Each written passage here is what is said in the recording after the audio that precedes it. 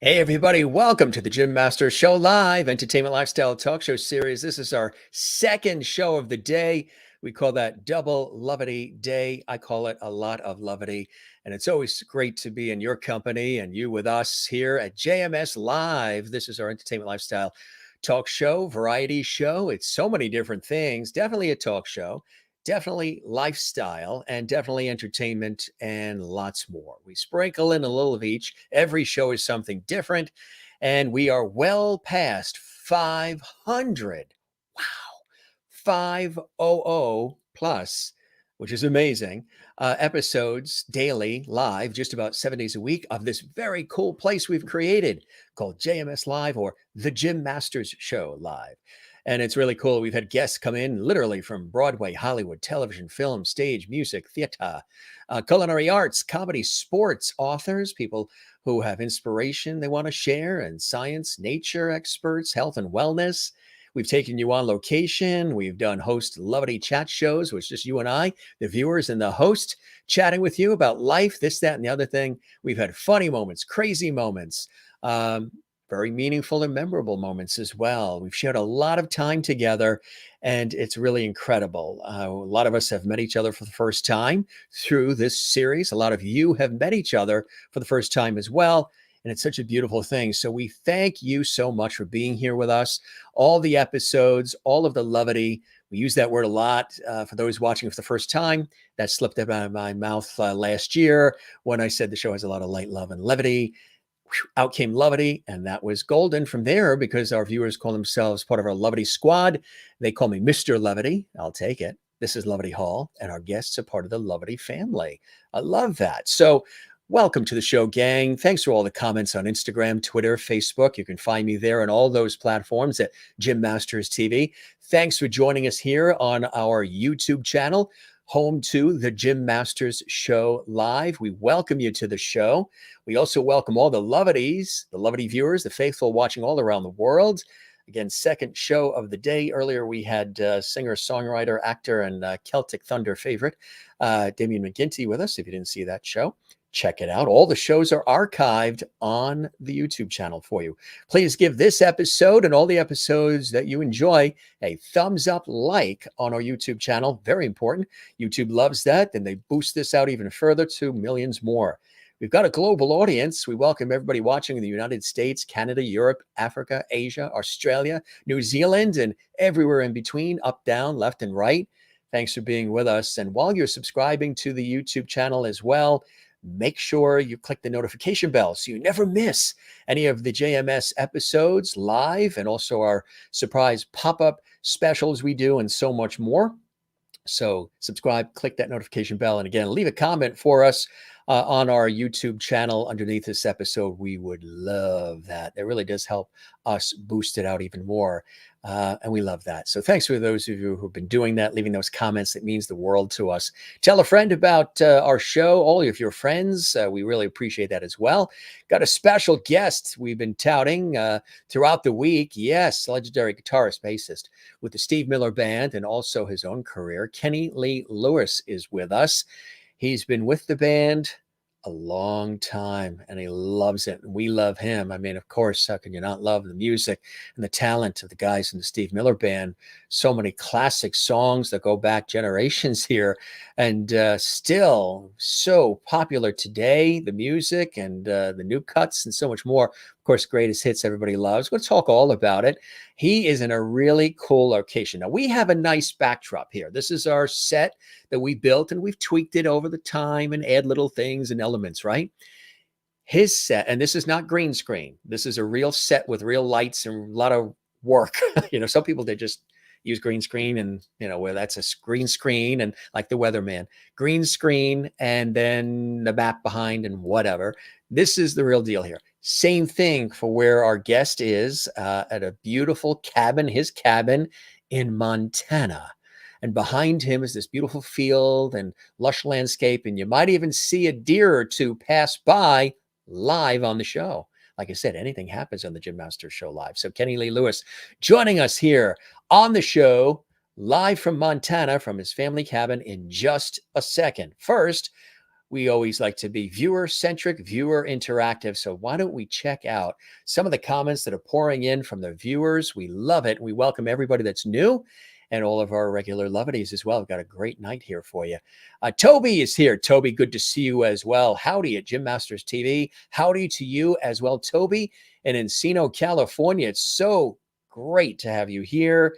And yes, I know you're excited. You're excited that Kenny is with us. Kenny Lee is really fantastic. And I'm sure folks appreciate him as much as we do. Yes, absolutely. Lots of comments rolling in. Let's take a look at some more, and then we'll welcome together Kenny Lee Lewis, who really is a legend in the music industry. Been doing this a long time. Bono was taken. Oh, good. Oh, Bono was taken. I've arrived. Yes, you have. And we're so glad you're here. Nice to have you here on the show. Good evening, morning, everyone. Hope you're all doing great. Sherry Larson is watching from Kansas. Thank you very much, Sherry. Thanks for your email, Sherry, too. Got a bunch of emails since I came back from our family reunion out east on Long Island in New York that I have to get back to, and yours is on my list there. We've been a little swamped with everything going on with this series and in my professional work in TV radio, but we will definitely. You sent in some cool guest suggestions, Sherry, which we absolutely love. Maureen watching from Arizona. She was working in the hospital where she works in Arizona, and she peeked in on our other show earlier this afternoon and rushed home now so she could be with us. We love it. Hello again. I'm so happy to be here in time for the second show of the day, the second Jim Masters show.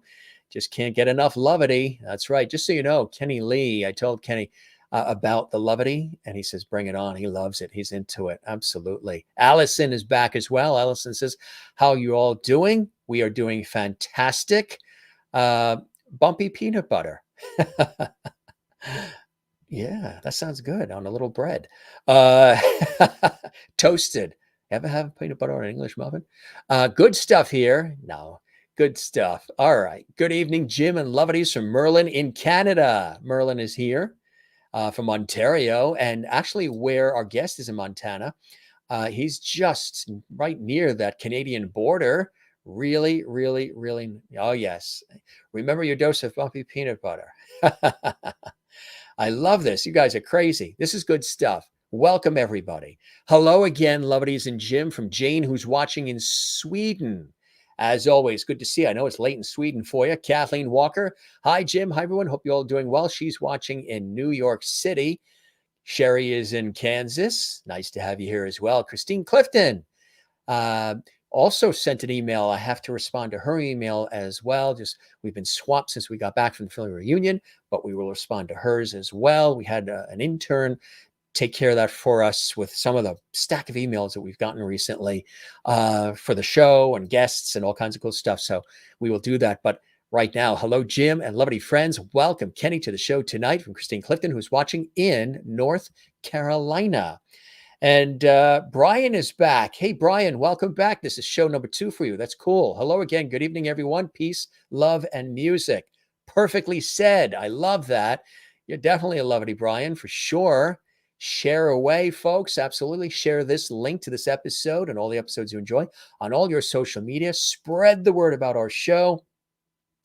And fantastic. You're doing things outside. You will comment on our channel. Fabulous. We love that, Christine. Yeah, leave a comment, drop a like as well. Everybody's saying hello to everybody. We love this. We love this as we continue to grow. A lot of hard work behind the scenes. And let's see. Special. Love me some Kenny Lee Lewis. You got it. Absolutely. More coming in here. Thanks for all these great comments. This is really cool. I love all this. Ruth Reedy says hello from Minnesota. Nice. Awesome. Thank you very much, Ruth. This is your second show of the day. Did I say second show? Second show of the day. There we go. And hi, Kenny. Welcome to Lovely Hall. Did you feed your deer so that they will show up? Oh, yeah. Did he feed the deer so they'll show up in the background?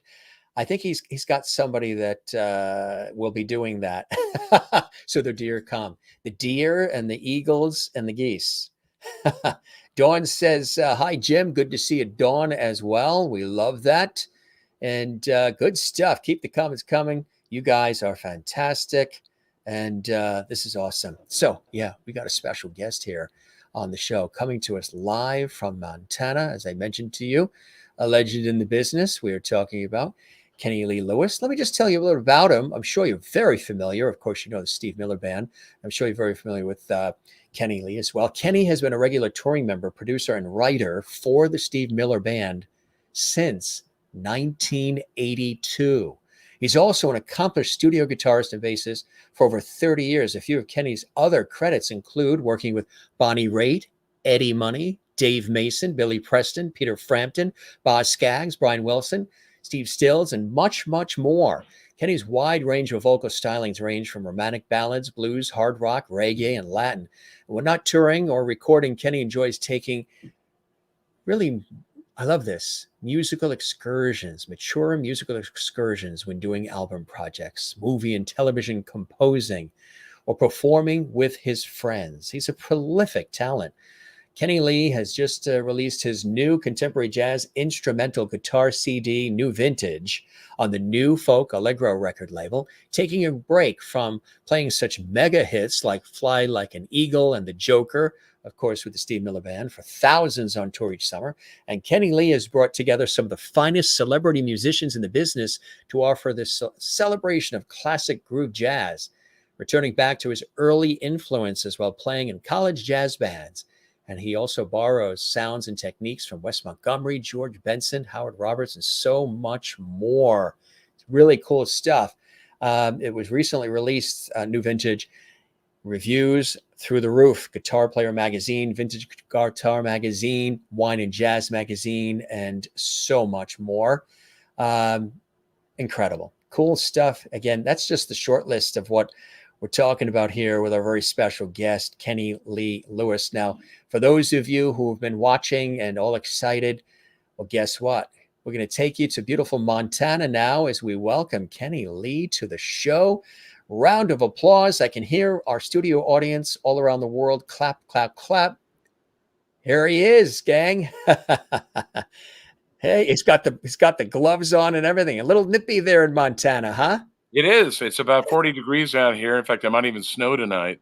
But we've been having fun doing some, my friend Dennis is here, and I've taken him to some new spots that he hasn't been to. We went to a waterfall today and checked out a really cool creek. It's about 25 minutes from here. And we've just been having a ball. We even been playing some music. I just played Libby last Saturday, which is a little town just below the dam here at the Kookanusa Reservoir, which is 90 miles long. And then next Friday, Saturday, we'll be playing a couple shows down in Whitefish at Whitefish Lake at the Northern Bar down there. So those little plane trips with my band I have up here sort of pays for the fishing trip, if you will.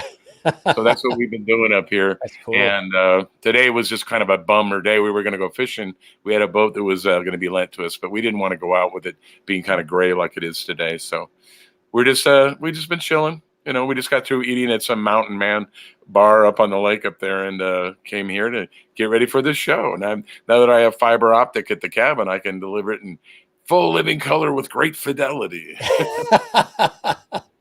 That's it. And stereo, right? Absolutely. Yeah. And just like you mentioned, there may be some deer walking around back here. This is just looking up the lot that's next to me. But we're out here in the Kootenai National Forest, which is just about 15 miles south of the Canadian border. And where we were today was actually only about 5 miles from the Canadian border. And it's just been wonderful. In fact, they had northern lights up at the Glacier National Park last night. We just saw pictures of that if you want to go online and look at that. So that's how far north we are. That is absolutely cool. Beautiful land there. What brought you to Montana? What was it about Montana that spoke to you, Kenny Lee, to say, this is where I want to be? Because obviously, Los Angeles, New York, all these busy places and all the tours and all the places you've been around the world. Is it that it's nice and beautiful and scenic and peaceful and you can sort of detach from it all once in a while? You Well, breathe. our former bass player, Billy Peterson, his kids were living with their mother. They'd separated, and the kids were up in Whitefish. And he used to come up and visit them for the summers and hang out, fish, and hunt with them. And he kept telling me about this area, and he kept saying, "You got to come, man. You're going to love it," because he knows I'm an outdoor guy. And Yeah. so about 2005, I came up here with him, and I brought my older daughter, Sierra. And we just went backpacking up in the glacier, and then we started looking around here. And if you remember around 2005, they were giving money to anybody, and they were like, everybody was buying property, and it was just a real big boom in real estate just prior to the Big Short, if you remember that. Yes. So I had already bought some condos and stuff that I was going to flip, and I was cash poor, and I found a lot up here that had a trout creek on it, and I made a good offer, and I I put it on my credit card. I called my credit card. And I said, what are you giving on cash advances? They said 18 months, no payments, no interest. And I was like, Yeah. are you kidding me? So I put the down payment on a credit card, and that's how I got this place. It's pretty funny, but that's how it started. Was with him and his family coming up here, and then I just fell in love with it. And I've since then had many friends come up here that have gotten the same what we call big sky fever, and they've ended up buying property up here as well. Wow, that's really, really cool. So you're loving it, and hopefully some deer do pass by. A Yeah. couple of the viewers were saying, have you fed them to sort of have them come in perfectly timed? Well, my partner, in fact, he's the bass player that I actually replaced in the Miller Band. That's why I'm playing bass with Steve. He's the archer around here that how we say harvests, spike bucks and dry does up here, and he'll be here in a couple of weeks to do that. But he's really the hunter around here. But he puts apples out here, and of course, they come around like crazy when you put apples on the ground. Absolutely. Yes, absolutely. I personally, I don't kill them, but I don't No. mind rendering them, and I don't mind eating them. That's for sure. Yeah. I But always yeah, love that's that that's word the thing up rendering. here. There's so many white-tailed deer up here. It's ridiculous. I mean, it's literally like rabbits up here. They're just everywhere, and they're actually a problem on the highways. Yeah, There's yeah. roadkill just about every day. Everywhere Um, you so we go. have to drive really careful and real slow, and we do the best we can. But sometimes they just get in the way, unfortunately. Heaven Lee, Montana local. Yes. And she goes, hello, I made it. Thank you, Jim. And hello, Lovities. She's saying hello. And all the bevy of Lovities are here and wants to know, have you seen a bear yet? She's asking, have you seen a bear there? We saw a bear.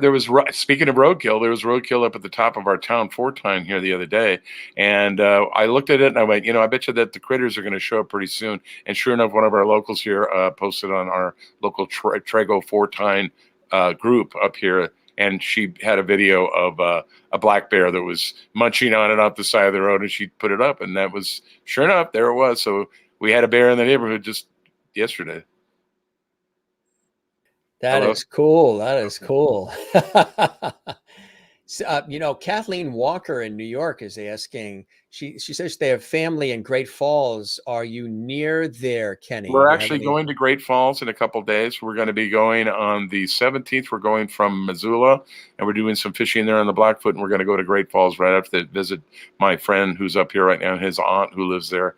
And we're going to probably fish the land of the giants, as they call it, the Missouri River, before we start heading back to California.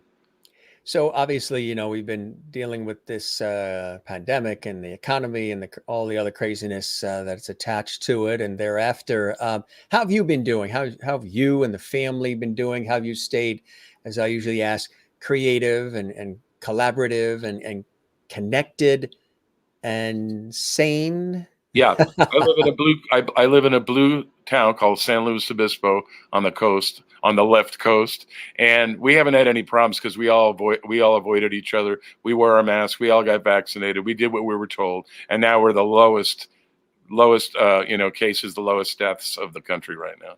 Nice. And how have you been as far as things you've been working on? What have you been up to during all of this? A lot of people have Well, been of course, we saying they, couldn't tour because we tour all over yeah, the country, and there's yeah, many places in the country, as you know, that been are all not following the closed. guidelines, and they're having a lot of problems. So the promoters and the venues have decided not to take risks with the larger shows. Yeah. And we basically have only done about 5 or 6 gigs this year.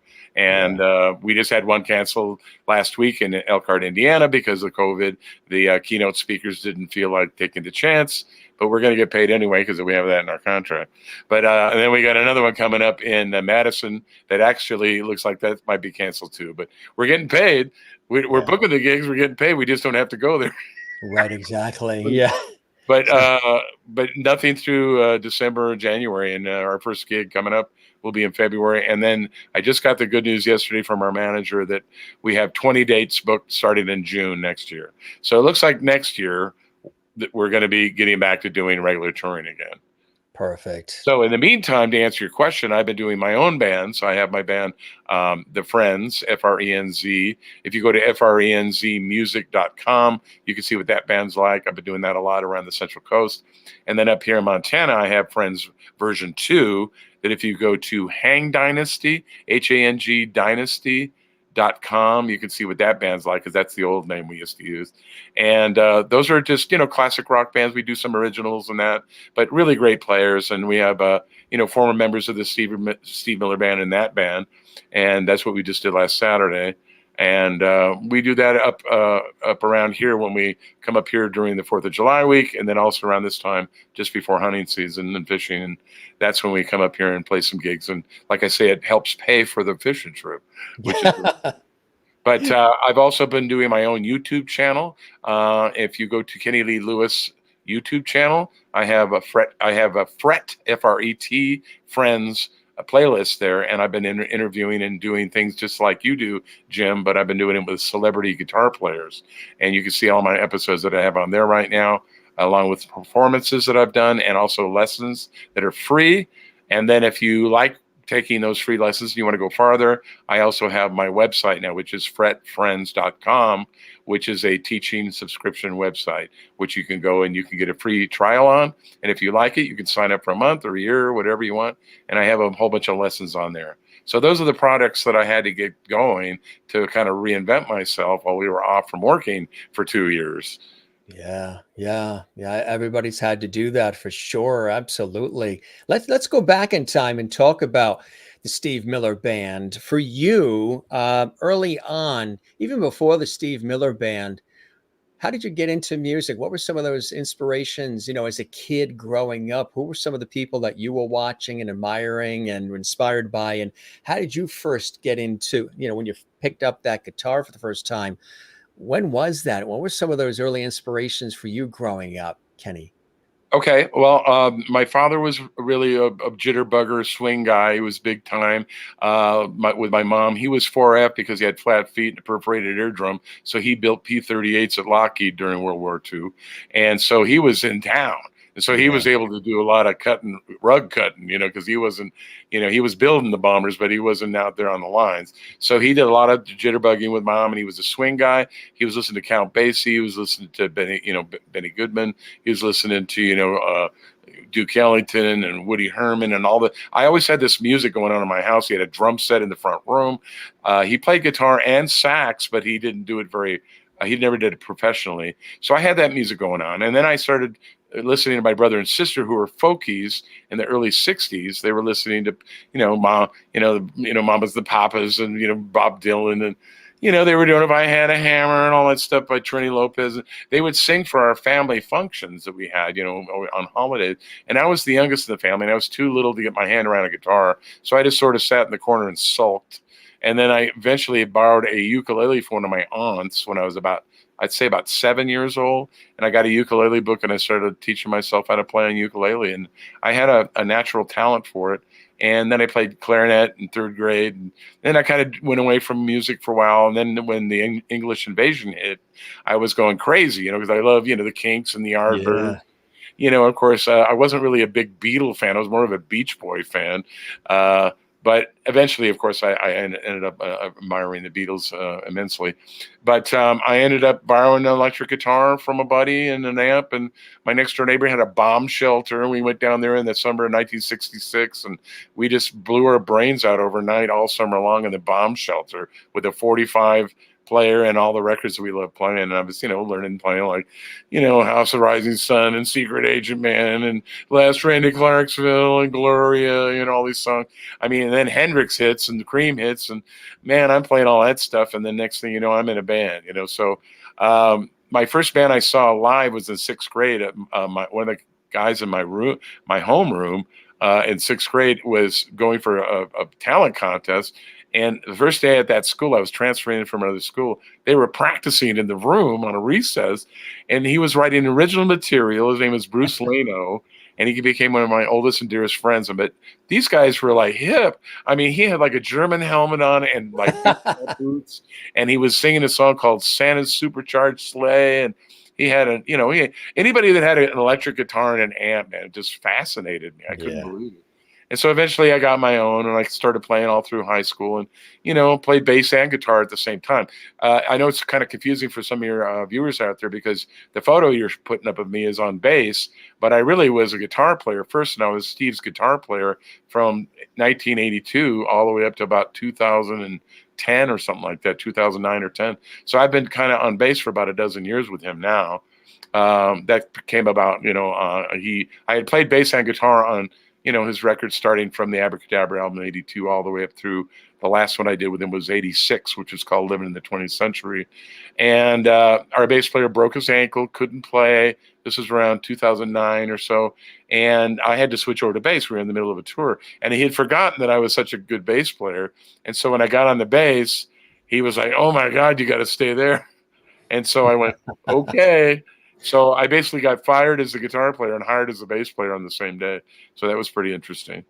But when I do my own bands and around here and around home, I usually play guitar because I'm the leader of the band. I'm the lead singer, and I'm playing lead guitar. So that's what I do when I'm doing my shows. But with Steve, I'm on bass now.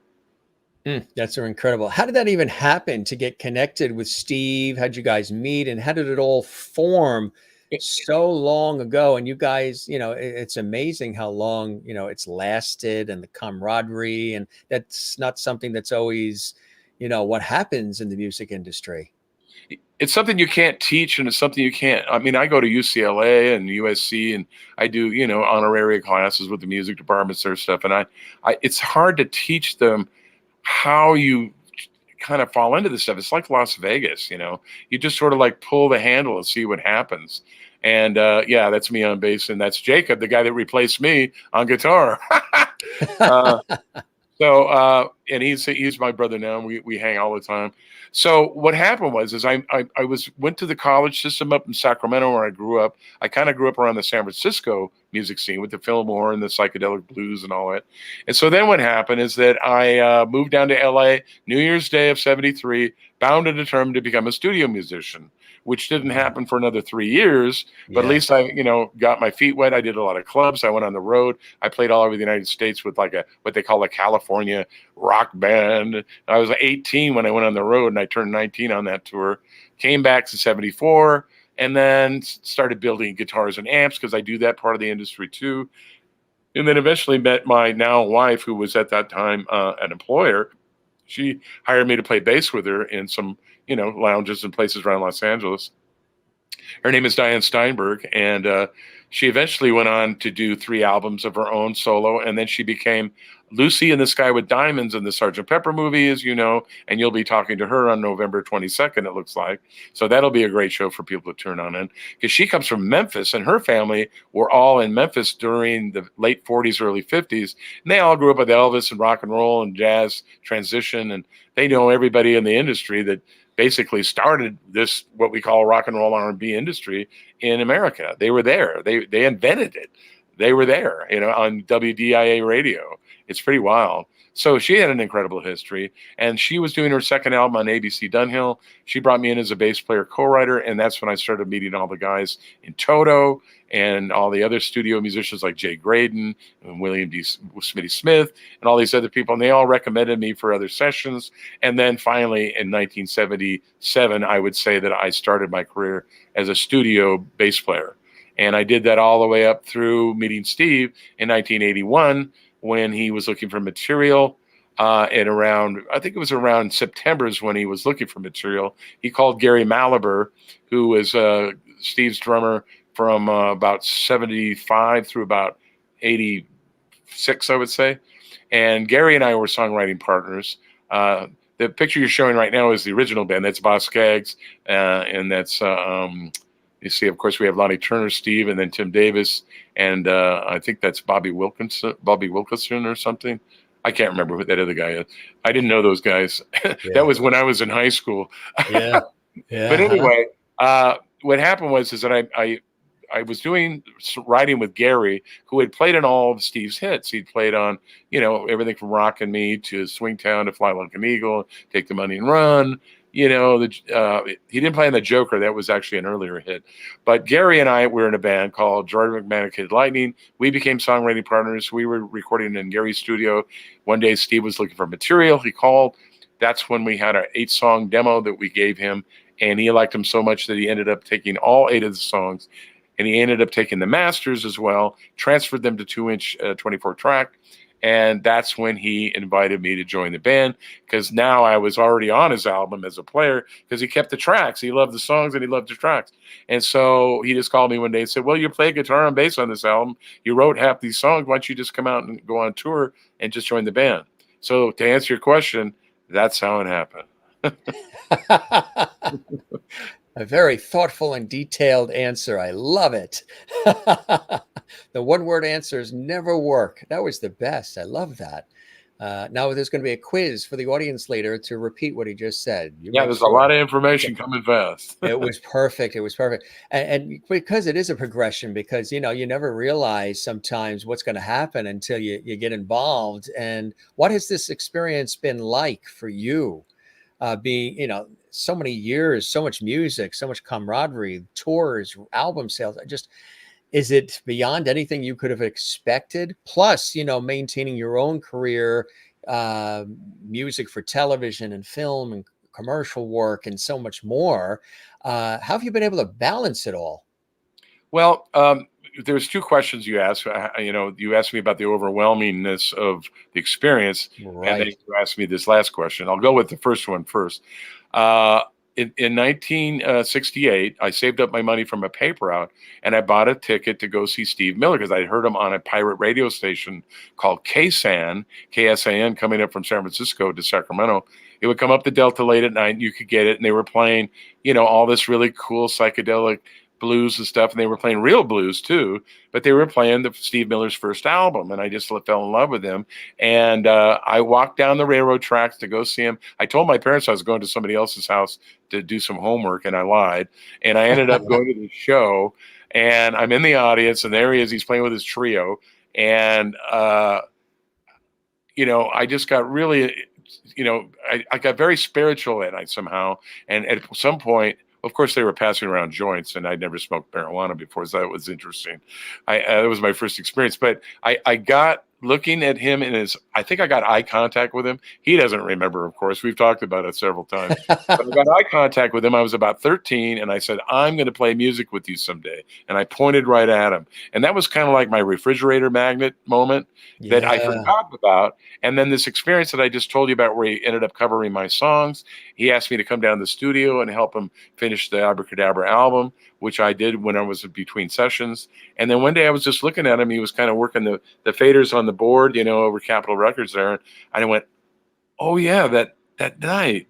And I remembered that night when I said I was going to work with him someday. And it sort of came full circle, and it was kind of like surreal, and it was like, oh my God, it actually happened. Because I wasn't even thinking about it when I went down there. At the point where he needed my material to help him complete an album, we were just peers. He was just a guy looking for material, and I had the goods. So we were peers at that point. And then when I got in the band and I started playing with him, and I realized he had been such an influence on me as a player, and not so much as a player, but as a persona, because he was a bigger white guy. He wasn't some English guy. He wasn't Hendrix. He wasn't some exotic rocker. He was just an American guy. And that's how I identified. As you can see, I'm up in Montana here. I mean, look at me. Come on. And, I'm just an American guy. Oh, that's Robin Ford. That's him sitting there with us. Yeah, Robin's a great player. Now, see, I'm on guitar there. You see Yeah. that? Right. Okay. Yeah. So I was Steve's guitar player for 28 years. And then I switched over to bass and replaced that guy in the middle that you see, Billy, around 2010, I think, when he hurt himself. And I had to sub for him. And like I said, once I got on bass, they just said, "You're staying there." I went, Mm, "Okay."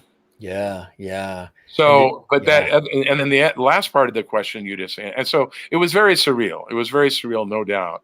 But the last part of the question you were asking was that how do I, work it all out and work it into my schedule and everything? Exactly. Yeah. Obviously, when Steve is booked, his manager calls. He books us for a package that's going from like June through about the end of August, maybe a little Mm, bit into September.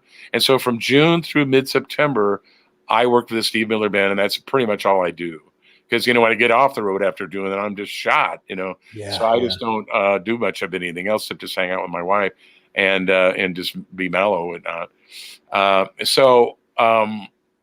The rest of the year, though, from like around into September through January, February, that's when I start doing my own bands again. I start playing around the central coast of California.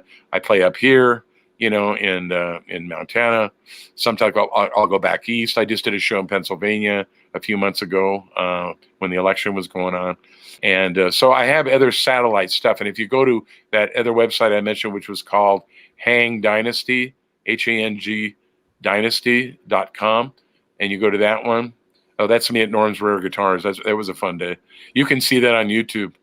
Uh, so that's how I balance it out. So about 4 months out of the year, Steve owns me. The rest of the year, I do my thing. Mm. Some of these albums too, I mean, have become Oh, legendary. and one more thing. See Yeah. this hat I'm wearing? Yes. I produce other groups because I have a recording studio in my house. And so this is the Cody Blackbird Band. They just call themselves Blackbird now. But if you go on YouTube or anywhere or Spotify, they just have a new album coming out right now called Blackbird. I can't remember the title of it. But I produced their first two albums and co-wrote a couple songs with them. And they're very interesting. They're Native American rock band. And the lead singer, Cody, plays native flute on top of a really cool 60s kind of kitschy rock sound. And when he sings, he sounds a lot like Jim Morrison of the Doors. So there's a very cool band. And so that's just one of the acts that I produce. I've done quite a few different bands over those time offs, but I'm also a producer. Do you enjoy doing that, wearing the producer's hat Oh yeah, literally? absolutely. I have another band called Days Alone that I did up in our neighborhood and a couple other solo artists. And I've just been doing it for years. And then sometimes I'll just do demos for people. I did one that's on YouTube now that's called Missing. And it's for a girl by the name of Linda McKenzie. And it's up for a NAMI now, a Native American Music Awards. And it's a really cool video. If you go, it's called Missing Linda McKenzie. And it's a really cool song. I produced and played lead guitar and all the instruments. And I played native flute on it and everything myself because I play native flute myself. And I have trace Mohawk ancestry. So when I go up to Canada, I kind of hang out at the Six Nations Res, and those are all my buddies and friends up there. Oh, and I also have to mention one more thing before I forget around here locally. My friend Nicole Pomeroy is going to lend me a boat tomorrow. And I wanted to just Really? name say, thanks, Nicole, for being my friend. And she gave me beautiful Fly Like an Eagle carved stone and a crystal sculpture that's in the house right here. Yeah. It's just amazing. She gave that to me the last time I was here. Anyway, hi, If it Nicole. was, if it was So near anyway, you, if it was somebody was near you, I'd have them show it on camera. Is it yeah, but something? she's, well, I mean, he's in the house, you know, besides, I'm going to Wow. talk my What a jaw here. I'm just going to talk. Oh, it just fell off. I've got all kinds of interesting pieces here. Oh, you want to show that? You want to do a close up of that? sure. That's a deer jaw. We have all kinds of stuff like that here. If you want to talk about rock, since we're talking about rock music, He does magic too, folks. He's going to look do at magic this. tricks Look, this next. is like a face. I got this in the Flatbed River yesterday. Oh, wait a minute. There. See that? Doesn't that look like a face? It You see the face? does. See that right there? It looks almost like a face with an ear. Anyway, It that's does. you know, that's the kind of stuff when I'm up here. I mean, I don't just do music when I'm up here. I'm doing fishing, I'm doing rock hunting, I'm doing all kinds of interesting things, archaeology going. We just saw a one-room schoolhouse from 150 years ago today that I'd never seen before up here. It was really cool. But How that's the does stuff when I'm up here, when I'm away from I was going to doing the say, how music does thing. being there in beautiful scenic Montana on the Canadian line there almost, inspire you and inspire your work? It inspires me because what I do is I'm able, because I've been around music so much all my Yeah. life Yeah. that sometimes I have to unplug from it to get back to it. So what I do is I go and I immerse myself in other types of stimulation and other types of arts and crafts and stuff. I mean, I'm getting ready to put leather beads and stuff on my pipe. I have a holy, peace pipe, if you want to call it that. And Yeah. it's really cool. And it's a hand carved soapstone from Six Nations. I think it's an Onondaga carver who did it. And I'm getting ready to put leather and beads and, I got my own loom. I'm doing beadwork and everything. And then I go, oh, I get inspired for a song. I want to write a song about, I want to hang my beads on you, and it's like, I'm going to go write that song because I get inspiration getting away from music and then coming back to it and then immersing myself. So balancing was the word that you used, and that's how I do it. I balance all the arts, including the outdoorsman that I am, with the music, and that's how I'm able to kind of balance it all out. And plus, I'm a Libra, so it's all about balance anyway, if you know that. Yes, I My just birthday celebrated is on the September 21st. Which, of October, yeah. and mine was just September 24th. Balance Oh, and so, harmony. oh, you're a Virgo cusp. Yes. Yeah. No, I know. I'm married to Diane. She's the 27th. I know all about the Virgo cusp. You guys can be really hard on us pure Libras because you guys have that Virgo rising. You want So, everything to be just perfect, wait, oh, let me check. So Okay, anyway, good. that kind of brings you up to date. That brings you up to date what's been going on. I also have a novel that I've written that's on on Amazon. What is It's it called called? Skeleton Dolls, and it's Yeah. kind of a sci-fi fantasy about identical twin girls who speak in the twin speak language. If you've ever known any twins, both fraternal and identical, sometimes Yes. when they're real little, they speak in their own language. Well, Yes. I met the mother of these twins. In fact, they've been up to the cabin here, and she told me stories about what they were like when they were little, and just made the hair stand up on my arms. I said, well, can I take this and write into a novel? She goes, sure. So this is called Skeleton Dolls, and it's on Amazon. Children of the Tower is the first of a trilogy of books, and Oh, it's been selling very congratulations. well. I published it myself to see if I had the gene, and unfortunately, when you do that, you can't get an agent. They don't want to talk to you if you publish your own stuff. So I wrote a sequel called Lesson in the Grotto. Right now, I'm shopping that with agents, trying to get a deal. But the first book is on sale on Amazon. It's called Children of the Tower. Skeleton Dolls is a series. So you look up Skeleton Dolls, Kenny Lee Lewis on Amazon, both on Kindle and hard copy. So that's another thing I do is I write, and I'm also writing, other novels, and I You write enjoy it? Do you enjoy articles. it, the process? Yeah, I do. My dad was also a writer. He had a book that he had published that was about California history prior to the gold rush, which is Wow. interesting.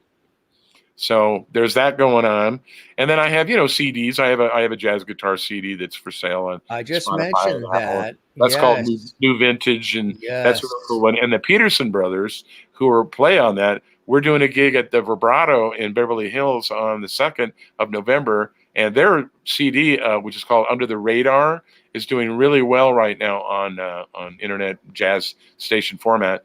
Under the Radar of Peterson Brothers. All their songs are great. So I'll be playing guitar with them, and I'll be doing some of my songs from New Vintage on that show, and that'll be at the Vibrato Club in Beverly Hills on Tuesday, November 2nd. How did you So like that's kind of, doing the instrumental jazz CD? oh, I loved it. I did that with Yeah. a lot of those guys. Yeah. I did it quite a while ago. I did it about Yeah. 2005, 2006, but it stands up. It sounds really good. And like I said, you can find that anywhere. New Vintage, Kenny Would you Lee do Lewis. more? Is there more of that you think you'd I partake have done in? them, and I have quite a few pieces in the studio right now that I've been very remiss in not publishing and putting into a format of streaming, and I got to do it. And so that'll be one of my projects when I get home. Is that I got Would about you write six. a book about, would you write a memoir, autobiography? Have you thought about that? Yes, Your I have travels, memoirs the that adventures? they're just about finished. It's called Fly Like a Chipmunk. And that goes back to when I was about 5 years old. My very first stage performance was lip syncing and miming Alvin Chipmunk with two of my neighborhood kid friends from my brother's class student body election. We were miming to a stereo at the school, And we had little chipmunk outfits. We had harmonicas. We even had real tails and everything. And man, we got so much attention after that. I said, God, I could do this for the rest of my life. I was like Are you 5 years able old. are you able to share any of that now? Oh God, I mean, it's just everything under the sun. It would take forever. I mean, it just when it comes out, I mean, it'll be the way to go. But I mean, it's just my life story. It's been amazing, and I mean, it's just been a long, long, incredible experience that I'd never change for the world. It's still going on. I'm still in Yep. the middle of this thing. I'm still a rocker. I'm still got the Ye ponytail. yes, you do. You Yep. know, I'm still a rocker, and it's like this is still going on. And once the pandemic lifts next year, I mean, Steve will be 78 years old next year. In fact, he just Hard turned to 70. believe. Yeah, he's a Libra too. He just turned Is he? 78, so he'll be touring all next year. 78, and he's still singing in the same keys. Sounds great. You gotta Great come out with a voice. new group called the Totally Libras, and I'll cognizant. Great, MC. great. The So we Libras. don't know how long this is going to last, but we're just going to keep going. We'll Well, see. that's the key, right? That's the key. I've got a question here that came in from Merlin, who is in Ontario. She goes, "What Canadian city do you visit that is your neighbor, the closest to where you are?" Okay, well, the port of Roosevelt is right here. And if you go directly north from here, you go right up to Banff. And then if you turn right and go east, you go right to Calgary. Wow. Do you get in there when you can? I know the border was closed for the longest Yes, time, but those folks come over the border all the time. In fact, I have Canadian fans up here. But when I'm yeah, doing gigs up here, they come sure. down from Calgary. And what they have to do is they have to fly into the airport at Glacier, and then they have to rent a car and then drive back north to the border to come see me.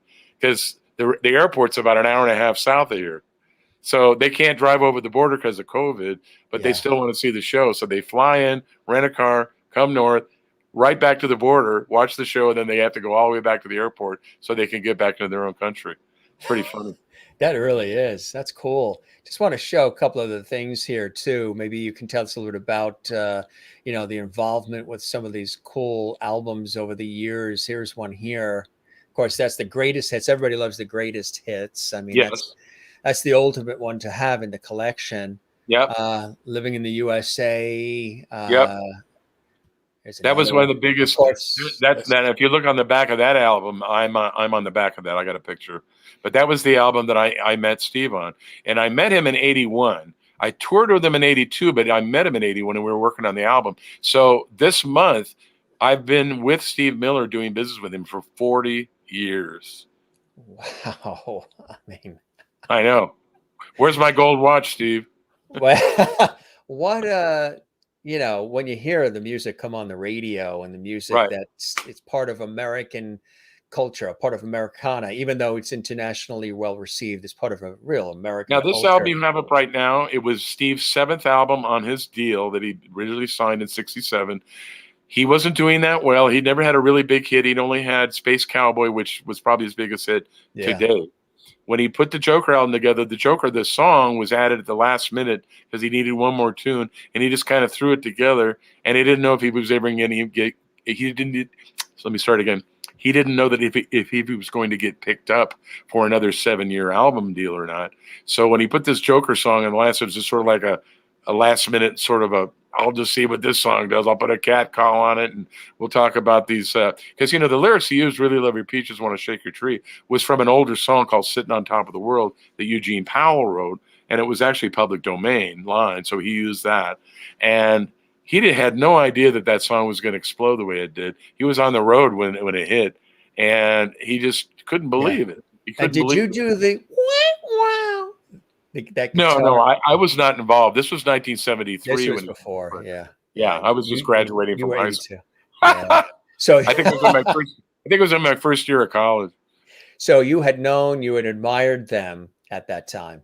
Well, it's funny you mentioned the cat call because Yes. prior to the cat call and prior to this album and this song, I really liked Steve because he was all about revolution, Yeah. psychedelia, blues, songs with a message. When he came out with the Joker, I just hated it. I didn't want to listen to it. I was just like, come on, where's the revolution? It's like, what's this woo stuff? I was a really hippy dippy guy back then. So of course now it's our most popular song we play, and it's just crazy that would have happened. But at that time, Man. I stopped buying his records.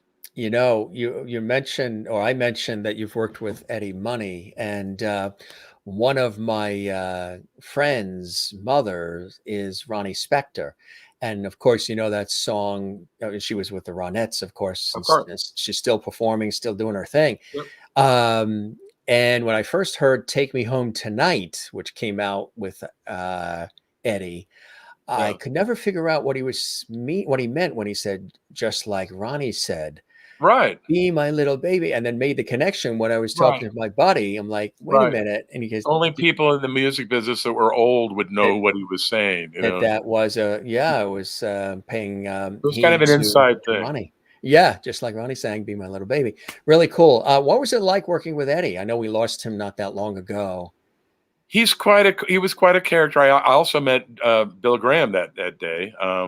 He had done a song that Gerard had written, who was the guy that Gary and I were in a band with, and he wanted us to cut a track on it. He was doing an album over at Record Plant in L.A., so he had us come over and we cut the song.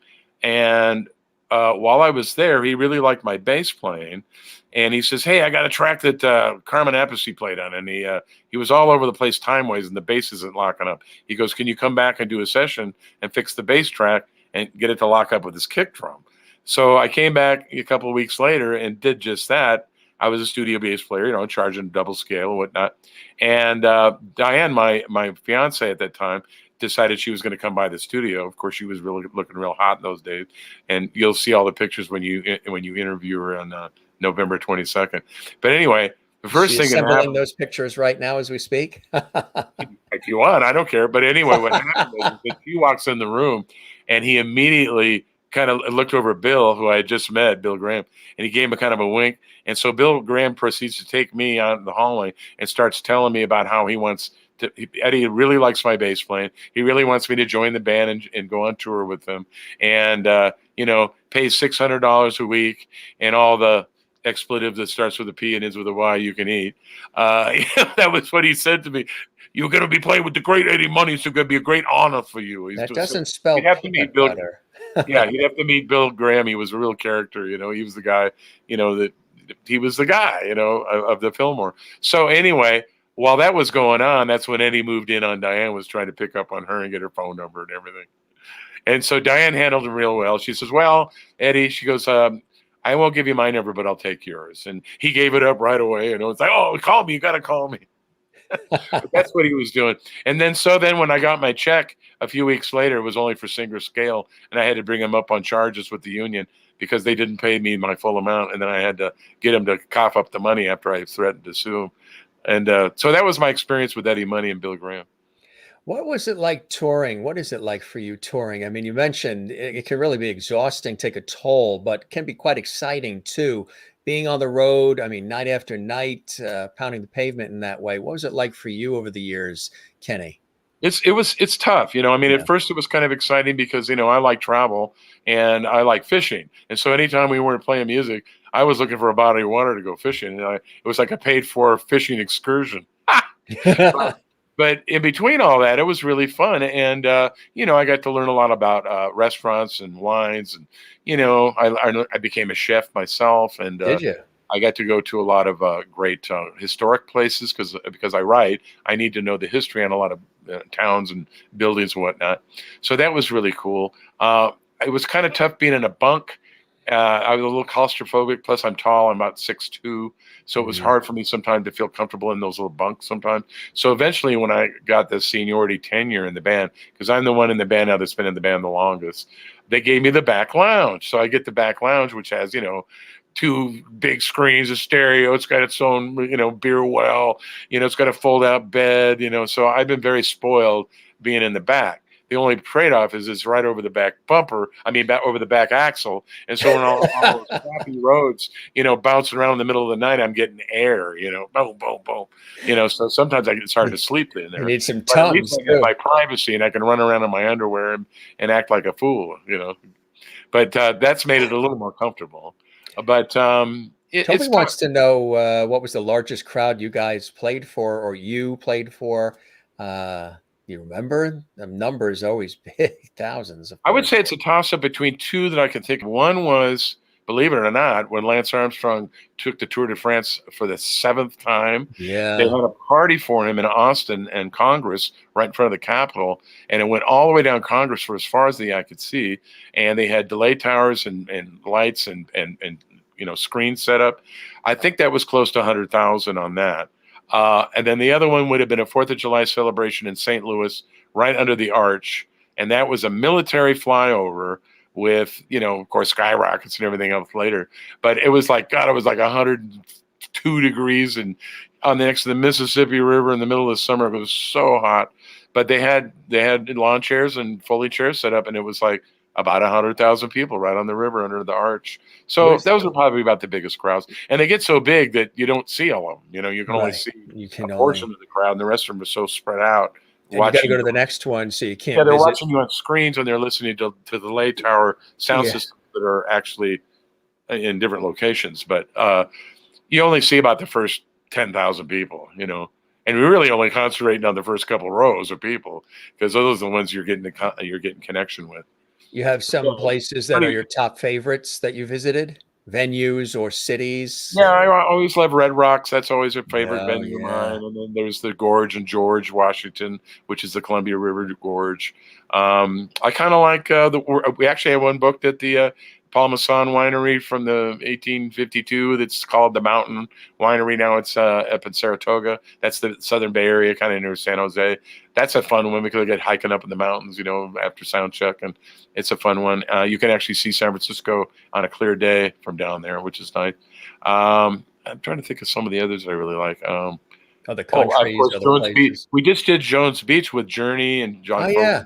South Shore of Long Island. That's right on the water in a bay on Long Island. Yeah. It's an old venue, but it's really fun. I fish off the back of it. You can catch blue when the tide's coming in. You catch bluefish off the back of the stage. Yeah, Great South Bay. Right off the back of the stage. Yeah. Great South Bay that leads to Fire Island, then the Atlantic is right there. Absolutely. Another good one that we like is St. Michel Winery up in Seattle, which we're also going to be playing next year. I just got that confirmation. Oh, good. We do a couple of days in a row there. That's beautiful. It looks like a French chateau, and we play like outdoors in a beautiful lawn setting, and everybody comes and drinks wine, smokes weed, and just has a ball. It's so fun. I mentioned, too, that you have worked in music for television and more. Tell us about some of that other work that you've done, film, television, other types of things. I used to do a lot of songwriting demos for a female writer by the name of Allie Willis. And Allie Willis wrote the theme for Friends. She wrote, Boogie Wonderland and September, Body, Say Do You Remember? She wrote those for Earth, Wind and Fire. She wrote Neutron Dance for the Pointer Sisters. She wrote Lead Me On for Maxine Nightingale. She wrote all the music for the Color Purple Broadway show, along with Brenda Russell and Stephen Bray. And so anyway, we used to do all these demos for her, and she had a call to do a song for a movie that was coming up. It was a Rocky film called Eye of the Tiger, and it was Rocky 3. And so at that time, they didn't have a theme song yet. And so we were in there cutting demos with her and Bill Conti, trying to help them get this song together. Yeah. Come to find out, while we were in the middle of doing it, Sly made a deal with Scotti Brothers for a band called Survivor, who were kind of like in the they were kind of like in the mob bunch at that time, and so they had the connection, and so they put them in for the theme. So we were out. So that session kind of went away. But Bill Conti liked my bass playing and Craig Cramp, the drummer, so much that he invited us to come back and do cues for the movie Rocky 3. So whenever you look at the movie Rocky 3 and you look at the where they're in there pumping iron, where they were doing the training and everything, it was all that hard rock music. That's me and Craig Cramp and a guy named Craig Hall on guitar that came back. And, we did like our thing that we do. We play rock music. So we just did it for Bill Conti, who's a full orchestrator, of course. And he put, I think, a little orchestration on it, but he just wanted a rock and roll rhythm section that could play that shit good. And we were the guys. And so that was fun. So, but I also had a lot of songs placed that I wrote in, movies like Iron Eagle and Spring Break and Protocol and Night of the Comet. I mean, there's a whole bunch of songs I had in movies just as a writer. The biggest one being Pump Up the Volume, which was a Christian Slater movie that Ivan Neville sang, and I played the lead guitar on it. That was a soundtrack that had, Soundgarden on it, Sonic Youth, Bad Brains, Timbuktu or Timbuk 3 or whatever they're called.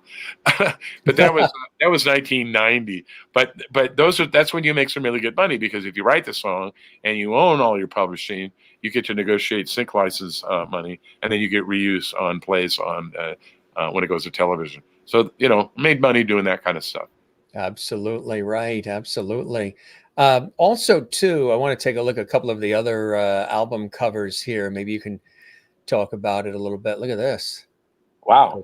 That one Yeah, that goes was one of back. the ones. That was one of the ones just before he got into his,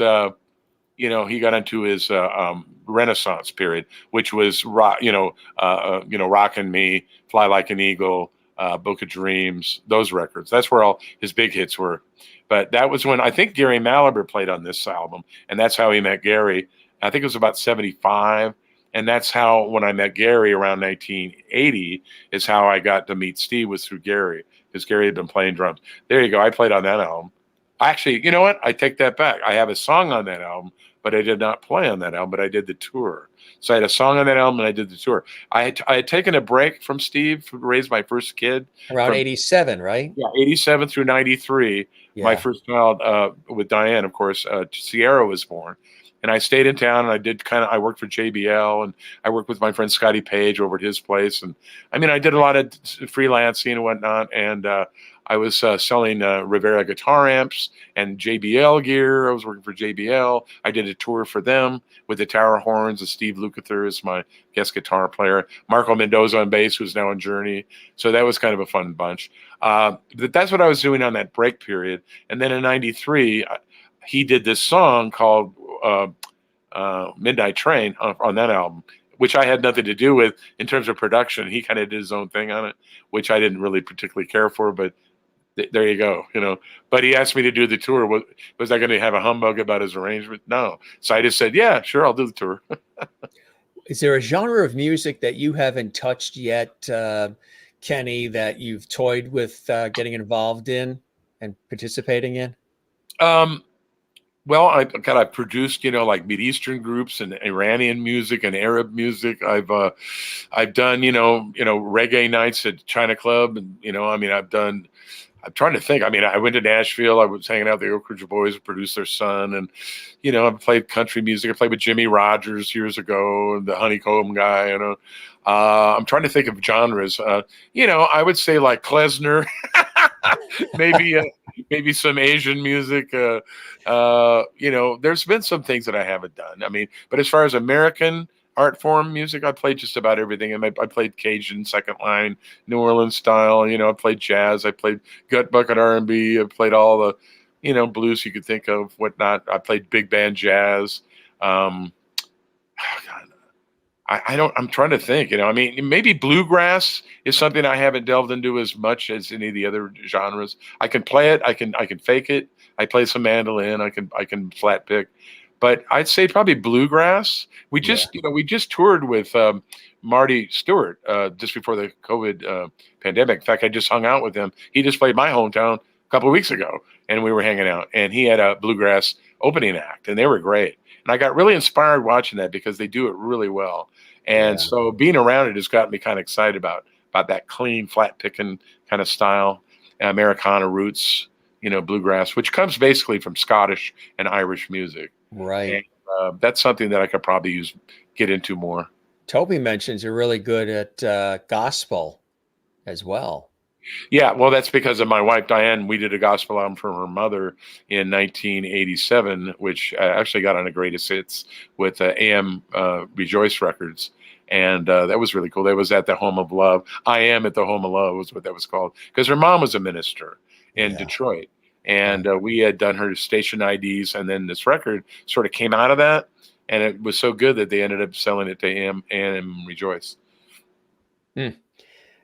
Looking ahead, what are some of the other cool things that you'd like to do? I mean, you've done so much, Kenny Lee. You've been involved in the music industry for so long, and you've graced us with your incredible prowess, your talent, your passion, your enthusiasm for what you do. It's obvious, when you hear the music, when you see you perform, whether it is with Steve Miller or any of your own material, you're all in. You give it 110%. It just sort of transports you, I'm sure, to another time and place.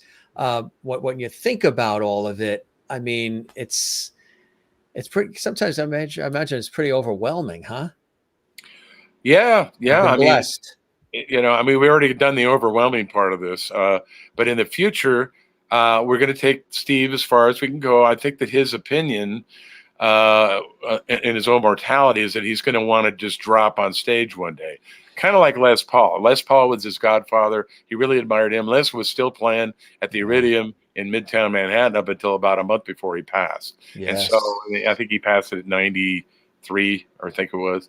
Yeah. And, that's what Steve wants to do. So this could go on for a while. We might be playing on a space station. Who knows? You're You gonna go know, up. William I mean, Shatner just went I know up. I was going to say, William Shatner, he actually sang Space Cowboy on one of his albums. Yeah, you never know. And Steve would love to go into orbit. Believe me, he totally loved the space program. But that's probably not going to happen. But what's going to happen is that while we're still milking that for all we can, I'll probably be moving more into my writing. I'm going to try to get representation with an agent. I think I have the gene to write really good novels and stories. My life story is going to be an interesting book. That's still in progress. I'm just kind of editing that and getting it finished up. Even though there's more chapters to come, I'll probably have to have a one and a version 1 and 2. Who knows? But I mean, I'm a sideman. I'm not like a star. I never sang a hit record. I never wrote a hit record. I never even played on a hit record. Believe it or not, Abracadabra was our big hit on the album I entered on. I did not play on that song. It was a song that came from the album before, and Gerald was the bass player on that, and Steve was the guitar player. So I just went out and supported the tour. Now I had the flip side of the single, and I made money attached to it, but I didn't play on that track. So I've never played on a hit, I've never sang a hit, and I've never written a hit. So when that happens, you don't go into that next tier of millionaire, crazy big houses and cars level. You're just a working stiff, and that's basically what I've been. But because I do play in a high profile classic rock band, I'm known for me being attached to that delivery system, if you will, because we really are kind of a delivery system for Steve's catalog. Even Steve himself is not a really big iconic visual star, if you know what I mean. I mean, when he plays, he kind of laid back. He wears sunglasses. He looks down at his feet. He's not like shaking his butt all over the place. He has fun, but he's kind of like John Fogerty and some of the other people. He just, he's Neil Young. I mean, they just get up there and perform. They don't do a whole lot. And he's never had any scandals. He's never been in any movies. He's never, done a lot of interviews, And so he could walk through the crowd before the show and nobody would even know who he is, and he likes it that way. So my statement I'm trying to say is that his art precedes him. So what we do is we service his catalog, which is really the artistic part of what this band is all about, is the catalog, the body of work that we go out and bring to the public every summer, and it's become a part of American history now. And it's almost like baseball. It's become like an American pastime to go see a Steve Miller show. Yeah, So absolutely we're right. just the delivery system, and I'm a part of the delivery system. That was the point I was trying to make. I like. I've never heard it put that way. That's a unique way to put it, and it's you've sort of deduced it and brought it to the exacting of what it really is. Yet a valuable part of the puzzle, Right. um, a valuable and integral part of that puzzle as well. Is there? Are you writing? Are you? There's Yeah, still. I'm writing all the time. I just wrote a song about the 9/11 thing because, of Did course, we you? just played the 9/11 first responders thing that just aired on 9/11, as you know, with Journey. Yes. And Yeah. I Yes. was so touched by watching Spike Lee's documentaries, about the whole thing. The scene where the people are jumping out the window really, really freaked me out. And I Yes. thought about what was going through their minds. It wasn't their fault. They had nowhere to go. What were they thinking while they were coming down? Because they fell from so far. They must have been thinking or dying of shock on their way down. I mean, it freaked me out. So I actually wrote a song called Strange Rain about that. And, because, I was thinking like if it was a female, would she be worried that she was going to land on somebody? Because that was like what I mean, stuff like that. I was like, I couldn't just fathom it. In fact, what's his name, Buster Rhymes, was being interviewed on that documentary, and even he said, "Here's this big macho rapper dude." He went, I saw that scene when those people were jumping, and I just went like, that just finished me. He goes, it wrecked me. And when I heard him say that, I said, yeah, me too. I totally was wrecked. So I wrote this song called "Strange Rain." Will it be a hit? Probably not, but it was something I had to get out of my system, and I think it'll be a really cool sounding piece. But I wrote it more for just in honor of those people. Yeah. That anyway, I don't want to bum out your audience, but it was just That one of was those things where you think very about moving reflection and about what was touching. going through their minds, Yeah. at that time. It Yeah. wasn't their fault. It's like, what? Whoa. And it was all about just people not getting along because of religious differences and financial, differences and, just people having differences. That was why 9/11 happened. The terrorism of, jihadist, religious conflict. And so how are the innocent that get involved, like a suicide bombing, it's the same thing. And it's like, wow. So I wrote a song about that, but I also wrote a song about John Lewis when he died. That was really cool. I put some real strings on that. I've got a couple of rock tunes. I mean, if you go to my website, that's called uh, Friends Music, FRENZ music.com. There's videos on there that have some of my originals, fragments of them on there. And if you go to my YouTube channels, I mentioned, Kenny Lee Lewis YouTube channel, there's some full-length concerts that we did back in March where we streamed that we do some of our original material on there, and you could hear some of that on there. So I'm still writing original material. I'm still doing it. Going. It's just that I'm not in that circle anymore in Los Angeles where you're going to a party every night, rubbing elbows and, hanging out with people and, doing whatever you got to do to get your song covered. I'm not doing that anymore. I live up in San Luis Obispo. It's real laid back. I come up here. This is really laid back. As you can see, the sun does set, but look at that sky. Beautiful. Isn't that nice? Yes, I think Bigfoot, we just saw walk behind you. Yeah, in the dark. Well, they have that around here. There's a town called Yaak, Yaak. You can look at it on the map. It's like just below the Canadian border. That's kind of like where the Unabomber used to hang out and all those guys. Oh my There's a God. bunch of mountain men up there, but they actually have like fake painted, Sasquatches throughout the forest. And as you're driving along the highway, you'll see them and you'll go like, there he is. And they're they're like 10 feet tall. It's pretty funny. It's unbelievable. So up here, it's a big deal. Well, somebody was just my sidekick who usually joins us on the show towards the latter part. Just wanted to say that he's enjoyed the time tonight, and you knocked it out of the park, kiddo. Mr. George Burns is with us this evening. Oh, well, it's funny. Now you're going to have to bring him on when you have Diane on because he narrated Sgt. Pepper's Lonely Hearts Club Band. That's right. And she hung out with George Burns a bunch in the premiere and everything, so she knew him very well. So Did you ever get a chance to meet him?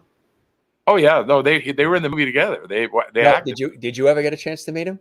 I just briefly at one of the end of the rap parties, very briefly. Yeah. So she worked with him. Wow, that's really, really cool. You'll have to bring him back. He's got his cigar and his hanky, and he's. Oh yeah. Remember he played God too in the movie. Oh, yeah. We always say that. That always puts a smile on everybody's face when we do it. So you're loving the ride, my friend. You've been in it and at it a long time. You've seen the ups, the downs, the craziness of it, the coolness of it. You're still producing. You're still doing.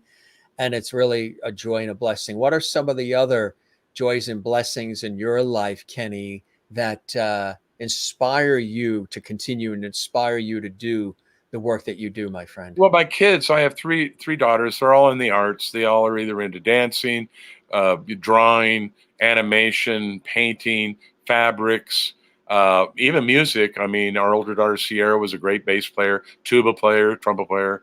Our youngest daughter is a pretty good bass player. She just needs to put in the time, but she's going for an illustration degree now. But they're all right brain artistic people that are just, so it's so much fun. And, they don't care that I play in any kind of rock band. They just kick my butt constantly.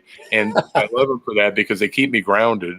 And because, it's really easy when you get into a situation like this where you're admired by people, you have to keep it in perspective that you're just a working stiff sideman. It's just, even though you're bringing the art and you're bringing it on stage, it's really still just performance. It's an expression of art that is only lasts for 90 minutes, and the rest of the day you're just a regular person, just doing what you do. And when it comes to being a parent, being on stage doesn't impress a kid. They're just like, if anything, you missed my soccer game. It's Yeah. like, that's kind of where it's at. And so the kids keep me grounded. They're really talented, all of them. The one that's a dancer is also a songwriter, and she's going for a record deal right now herself. She's got a production deal with some people in Nashville. So I'm going to be real proud of her when that gets done. And, I don't really coach them much. I just stay out of their business. They do their own thing. I don't dote over them or loom over them. They do their own thing with their art and stuff. And I just kind of give them the thumbs up whenever, they say, "Hey, Dad, check this out. Check out what I did." And I go, "Wow, that's great, man. Keep it going. Don't stop." I talk about blessings and But of course, my inspirations. wife is the ultimate. She's the one that's been with me through the thick and thin, and you'll be talking to her in November. And she's just fantastic. I mean, not only is her musical legacy of her family amazing, but she's just a really, really beautiful Libra person who is forgiving and merciful and keeps me balanced. We keep each other balanced. Two Libras, we're a trine relationship. It's pretty interesting. But we're on either side of she's on the cusp of Virgo and I'm on the cusp of Scorpio. So we're just far enough apart to make it interesting. You know what I mean? But she's fantastic. And of course, she got me started in the music business, showing me how to do copyright and publishing contracts, and, brought me in as a co-writer, and, insisted I played on her album, when she could have had David Hungate from Toto playing on there. She had me instead. And so she was just a really great champion and really helped me. And I just, I love her to the end of time, Diane. Lady Di. Yes, that's right. Absolutely. Cool stuff, my friend. This really was a great conversation from sunrise to sundown almost. Yeah, you got to see the sunset. But I was hoping some deer would come by, but it's been so cold. I think they're kind of bedding down early. And you got a little heater. He's got an actual heater by his feet, keeping a heater in front of me. Because it's like 40 degrees, 44 degrees. When we were driving up and sun was still up, we saw about a dozen deer coming up the road, but they all go to bed early because of the cold temperature. Yeah. It might snow tonight. Really? Is that what they said? Yeah. Snow in the morning. Wow, that's cool. Wow. Oh, it's going to be a white Christmas. So now, where do you live? Where am I talking to you? Where are you? We are here in the New York area, actually, on the East Coast. Yeah. Are you upstate? Born and raised, and just love it. Are you upstate? We're right on the coast here. Oh, okay. Yes. We look out a couple blocks away is the water, and nice. It's nice. I love the ocean. You got to drag me out of the ocean. Okay. Do you love the ocean? Do you like the ocean? Oh yeah, yeah. Of course, we live in Central Coast, California. We're about 10 minutes from the beach. Yeah, It's a little colder up there. It's the Humboldt Current, but the fishing's great. And we do have Pismo Beach, of course, is right there, and it's a beautiful long, sandy beach. And in the summer, it gets warm enough to swim. Yeah, that's cool great stuff. Well, we'll have to hang sometime when we're in New York. We just stayed in New York City. Of course, when we're there, we usually stay at the Michelangelo in Midtown on 51st and 7th. But this last time, we stayed at a new place. Where were we? We were at we went to some place. It was down by 36th and 5th or something. I can't remember the name of it. Yeah. But anyway, it was pretty nice. When you're on the East Coast, or if I'm on a TV shoot and they bring me out west again. I think it was a new, I think it was a new venue? Four Seasons. Might have been a Four Seasons. Could have been the new. Yeah. That sounds like. I went to Uncle Paul's Pizza. It's open 24 hours. It was really good. The pizza's good here in the New York, New Jersey, Connecticut tri-state area. I make my own pizzas. It's all thin crust New York style. That's all I make. Well, you said that you sort of became a chef through everything. What is a Kenny specialty or two? Oh God, I mean, I make everything. I make Thai food. I'll make Indian curries. I do, of course, Southern barbecue. I make Asian dishes, stir fries. I even make sushi when I go fishing. I make my own sashimi, sushi dishes and stuff. But these pizzas, I just made one the other night. I put it up my Facebook page, and everybody's going nuts. I actually had some frozen pizzas that were delivered to a friend of mine's house up in Coeur d'Alene, Idaho, from Naples, and he gave me one, and I brought it back to the house here, and I doctored it up, and I put it up on Facebook. So what I do is I do a lot of doctoring up. I don't make my own dough, but I could. I usually just buy the cauliflower dough because I try to go gluten-free if I can. But this one from Naples was non-GMO, so I could eat that as real gluten, because it was non-GMO. And man, it turned out great. And I just doctor them up, and they're just killer. And all my friends that have my pizzas go nuts. That is incredible. Nice so comments coming one in of my here. specialties is pizza. Lisa Rodrigo says, thanks, Jim and Kennedy, for this great conversation. You're welcome, Lisa. Brian says, such a great conversation, Jim and Kenny. Thank you. Absolutely. Thank you. Love that. Kathleen in New York City. Thanks, Jim. Kenny, this was great. I love that. Merlin in Canada and Ontario. Thank you, Kenny, for spending your time with us. Love your attitude.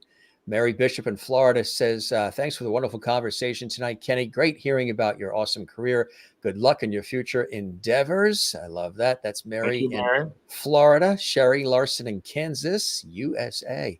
Thank you for joining us tonight, Kenny. Enjoyed listening to all you have done in your life. Always loved Steve Miller Band. Good memories. Good luck with all you do in the future. Brian says, I must have seen Kenny with the Steve Miller Band in the 90s at the Riverfront Amphitheater in Little Rock, Arkansas.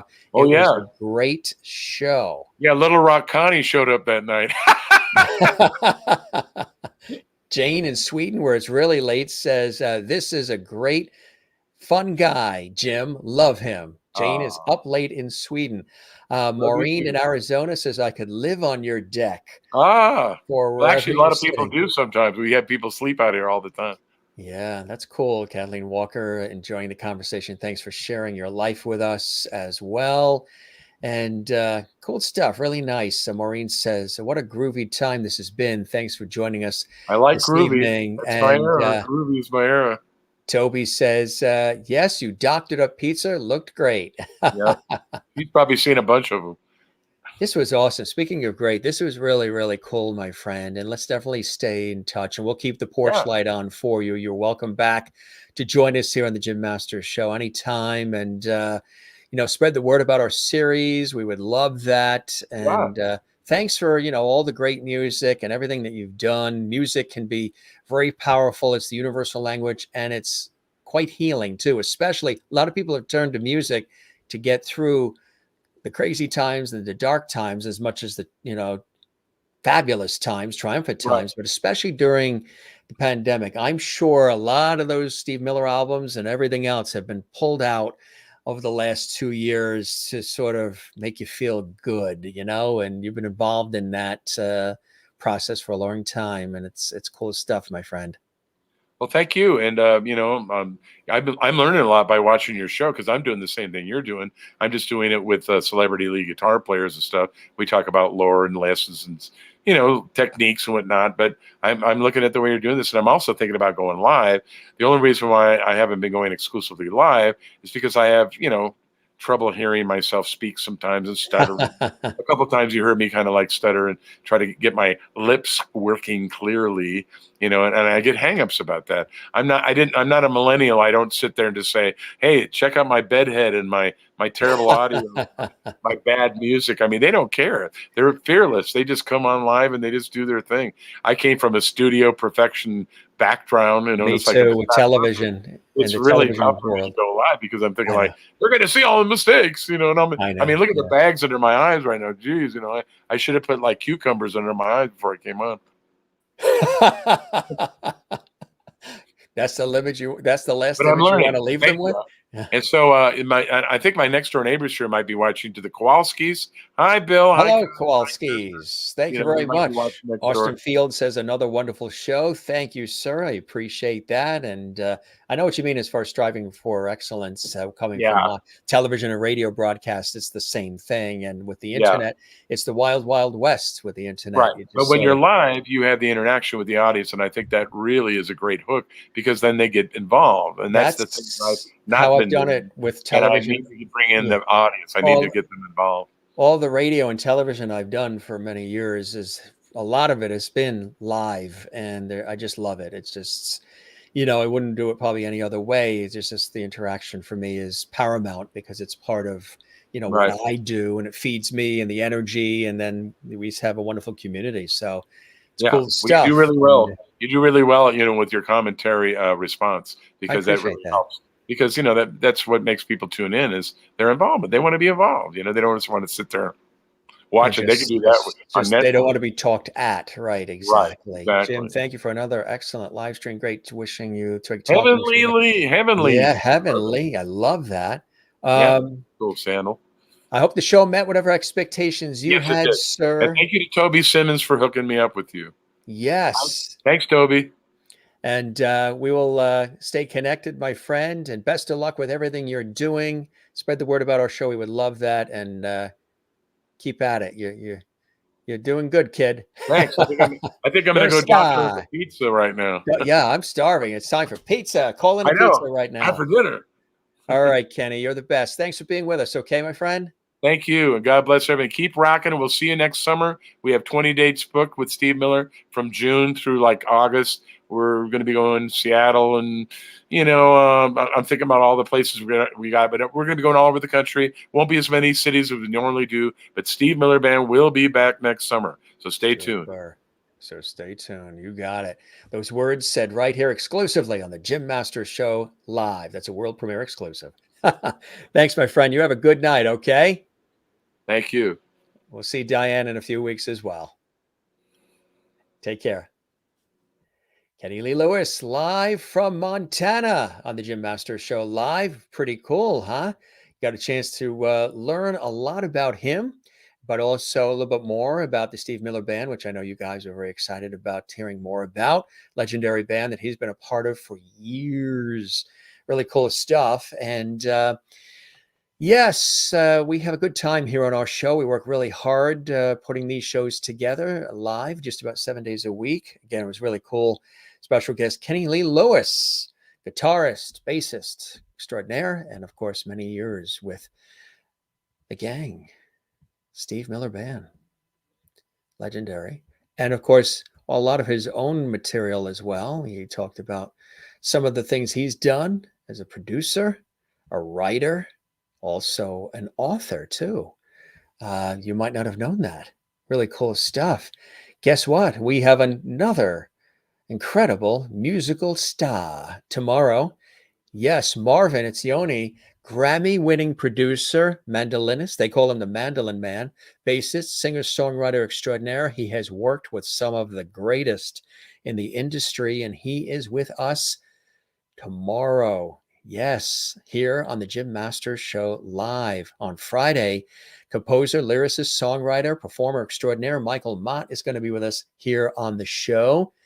Next week, actress, director, award-winning best-selling author Gabrielle Stone, daughter of legendary actress Dee Wallace. Dee Wallace was a guest on our show.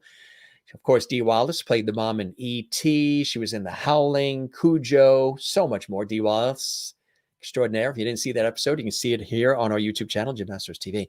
But her daughter, Gabrielle Stone, is also an award-winning actress and noted director and author.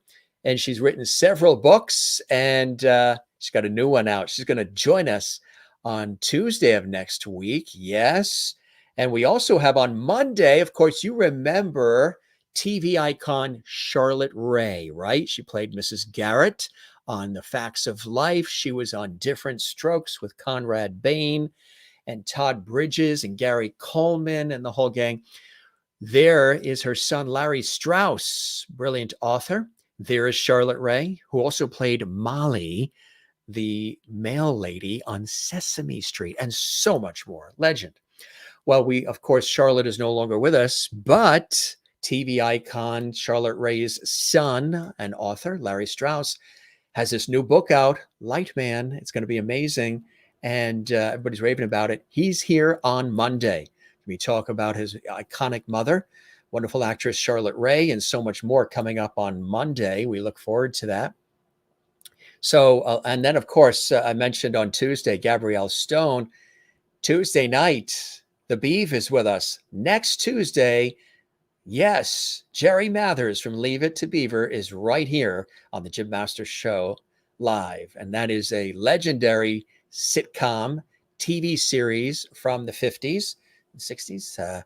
Leave It to Beaver. And still in reruns on television today. And Jerry Mathers, who played Beaver, the Beav, is going to be with us on Tuesday night, which is going to be amazing. Help us grow, gang. Share the lovity. Tell everybody about our show. Share the links on all your social media. Subscribe to our YouTube channel. And of course, drop a like on this episode. That means the thumbs up you see on YouTube underneath the episode itself. Give us a thumbs up and leave us a comment. That means a lot. That helps us a lot as well. And we would love that. And yes, definitely like and subscribe. If you haven't, like and subscribe to Jim Masters TV. When you see that subscribe button, see it is right there in front of you. Look what happens. Click it. You are subscribed and there's no cost. I don't know why they call it subscribe, but it just means you're following the show. You believe in the show and believe in what we're doing here and all the great work. This is our second show of the day. Yeah, earlier we had the incredible Damien McGinty, my buddy Damien, who I've known for years from Celtic Thunder and wonderful Irish singer-songwriter. And Heavenly, good to have you with us. Hope you'll be back with us on the Jim Masters Show live here on our YouTube channel, Jim Masters TV. You have a great night as well. Kathleen Walker says, wow, awesome guest coming up as always. Can't wait, Kathleen. Absolutely. Good to see you as well. I suppose I should say peace, levity, and music. You got it, Brian. You got it. What a cool, I like his profile photo. Look at it. He means business. I like it. It's good to see you, Brian. Thanks for being with us and hope you'll join us again. Good stuff. You guys are great. Sherry says, thank you, Jim. Go and relax now. Yes, I'm going to do that. It's been a very busy day. Sometimes, we don't usually do two shows on the weekdays because I'm so busy with my professional work in television radio. Sometimes we do two shows occasionally when we have a guest overseas, like on the weekend. But we did two today to fit it all in. And we've got two next Tuesday as well with Gabrielle Stone and then Jerry Mathers. Busy weeks coming up. Heavenly says, thank you, Jim. Another excellent live stream. Thank you very much. Great talking. Wishing him the best of luck. Toby says, you're very welcome, Kenny. Very nice. Keep on rocking, baby. Very, very nice. Cool stuff. Austin says, another wonderful show. Thank you very much. And the groovy time that you had, Maureen, we appreciate that. Scrolling through here quickly. Mary says, another great conversation. Good night, all. Take care. Now, those of you commenting in chat, leave a comment on our actual YouTube channel because it really helps. And anybody who watches this later on and you enjoy this episode and any of the episodes, we sort of take you behind the scenes here on the Jim Masters Show Live entertainment lifestyle talk show series. Again, these aren't just interviews. This is a variety show. We have so much variety on this show and I love it. It's cool. Christine Clifton says, thanks, Jim, for a terrific show with Kenny Lee tonight. He's had quite a career, great stories, very talented, wonderful lineups for us too, Jim. Good night, all. Till next time, lovety hugs. Right back at you, Christine in North Carolina. Love that. And you guys are great. I love it. Once again, I feel the stress of the day behind me thanks to you, Jim. You rock my lovety world. I appreciate that. I like rocking your lovety world. This is Lovety Nation. It's a movement. Somebody said it wasn't a movement. There was something else, that it was an experience or it's the real deal. 500 shows, gang. Could you believe that? 500 shows?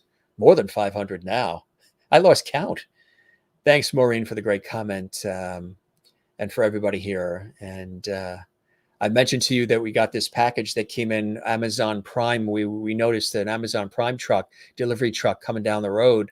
And we thought it was just for, I just thought we thought it was just neighbors getting a delivery, because you always see the trucks delivering things.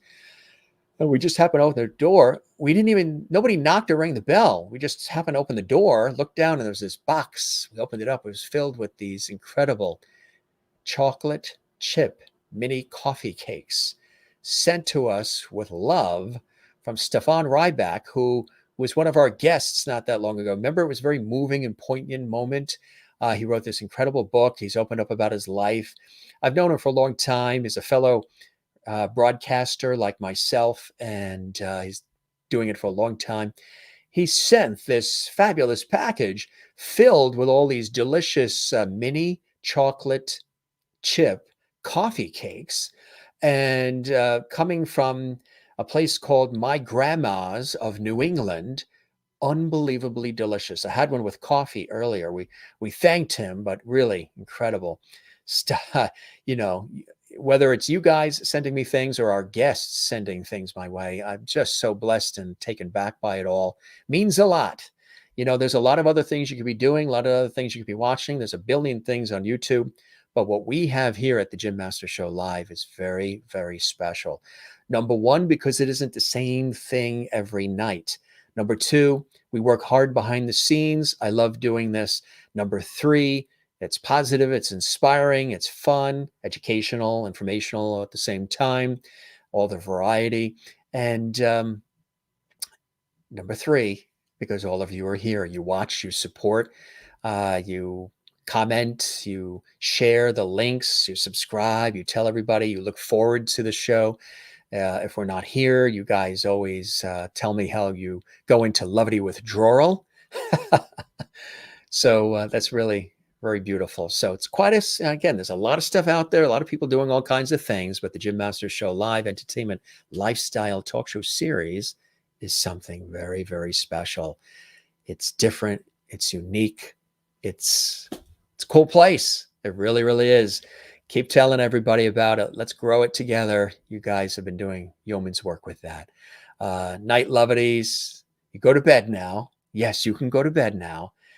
I find the bed when the show is ended. I wish I could hear that with your Swedish accent. Somewhere in that room and that house is your bed, and you shall find it. I better wrap up the show now so you can go to bed. And Damien, well, Damien was on. You were here. You saw it. Damien was on. You need to have Damien in September to celebrate. Oh, you're talking about next year? Because Damien McGinty was on today. Yeah, and Colum Keegan is going to be joining us as well in a couple of weeks. And cool stuff. All right. You guys are the best. Night, night, everybody. Thanks for all of your levity and your watching and supporting. George Burns and I and the JMS Levity team, thank you for all of it. And potatoes. I love potato soup. I love soup and I love potatoes. If I come out to California on a TV shoot or something, I'm having some of that potato soup. I'm a soup guy all year long. I love soup all year long. Boy, I think I want a bowl of soup right now. Good night, all sweet dreams from Kansas and Sherry Larson. Good stuff. Yes, we're trying. We're trying to get him. All he has to do is make time and we can get him on. All the others have been on, that's for sure. Kathleen Walker, right back at you, my friend, in New York City. All right, gang. Good stuff, huh? Hope you guys are doing well. I hope everything's going well in your life. Don't forget, we have a Facebook group for this monster of a show. It's called The Jim Masters Show. Lovety Hall. It's on Facebook, the Jim Masters Show, Lovety Hall. And a lot of our loveties and viewers are in that Facebook group, and they comment and they share and they celebrate. And I pop in when I can to say hi as well and share some things and check things out. And also, you can find me on Facebook, Instagram, and Twitter at Jim Masters TV. So if you want to like, follow, tweet, and all the rest, you can do so on Twitter, Instagram, and Facebook at Jim Masters TV. I'm right there, and I'm very responsive too. You know, some people have all those things and they don't ever react or respond. As you can tell, I'm a very responsive person, as best as I can be. The days sometimes get buried and crazy, especially adding on a series like this, but we try to respond as quickly as we can. And those of you who've sent emails, thank you for those. We're going to be responding to those real quick as soon as we can as well. Got an intern that's helping with that, but thank you for all the levity as well. And you guys are just truly the best. And the family reunion was beautiful. For those of you who didn't hear us mention that earlier, we had a beautiful family reunion out east on Long Island in New York. And it was really beautiful, and got to see family and friends we haven't seen since the COVID situation started. And hugs And more hugs going out to you, Jim, and lovelies everywhere. Thank you very much. There is that lovely hug. You got that from Maureen in Arizona and everybody that's watching live or Memorex. And again, you can see all the episodes on our YouTube channel. Again, don't forget, gang, yes, you can see everything on our YouTube channel, Jim Masters TV. It is all there for you, Jim Masters TV, every episode. If you missed anything in this episode and the others, you can certainly check that out on our YouTube channel. And if you haven't subscribed, we would love that. Hey, gang, don't forget to smile. Don't forget to share the levity. We say that all the time. Don't forget to find your Zen place. Mine is with loving family and friends. I also like cycling, and we say this usually at the end of each show. Cycling and tennis and music and writing and gardening and baseball, and I love it all. Food and of course my work in television, radio, stage, and film over the years. I love all of that.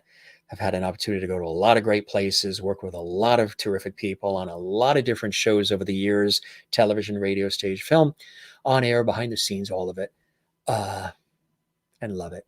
And of course, the ocean. Love the ocean. Love me some ocean. Swimming, surfing, boogie boarding, sailing. We are now past the ocean time. We're in fall here at the time of this show, but it's still beautiful to look at. Yeah, I'm an ocean guy. Love the ocean here on the East Coast of the United States. Hey, Thomas, thanks for joining us. Great show tonight, Jim. I am hooked on this show now. Thank you, my friend. I appreciate that. Spread the word. Tell everybody you know. That helps us out big time. We love it. Relax. Is that the cue to show the relax sign? There it is. Talk about being a very responsive host. She writes the word relax, Merlin in Canada, and I've got it here for you. Take a look at that really cool Newport, Rhode Island beach scene from way, way back. Look what you got there. Don't forget to relax. Don't forget to share the levity. Don't forget to breathe. Don't forget to take care of one another and love one another. Yes, come back often, Thomas. The loveties want to see you back, Thomas. I'm glad you're hooked on the show. That means a lot. Yeah, a lot of people when they check the show out, because it's so what we do is so different. If it was an interview show, I would just come right on, interview the guest, talk about the book, the CD, their website, whatever it is, and off. We don't do that here. We're very engaged with all of you and with each other, and I am with the guests, and the guest is with us. And that's why we call this like a television show, an entertainment lifestyle variety talk show series. It's not, you can't just classify it, I guess, as just an interview show, because there's sometimes very rare now because we have a waiting list going now into December with guests. But we're trying to make room and add more shows during the day, and it's becoming a full-time thing here. Is somebody paying me for this? I got to talk to management. Wait, I'm looking in the mirror. But we got so much going on here. It's all just fantastic. I love it.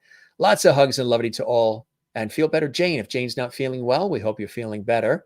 Good to see you, Lisa, as well. Appreciate when you're here. And again, bottom line, we do something very special here.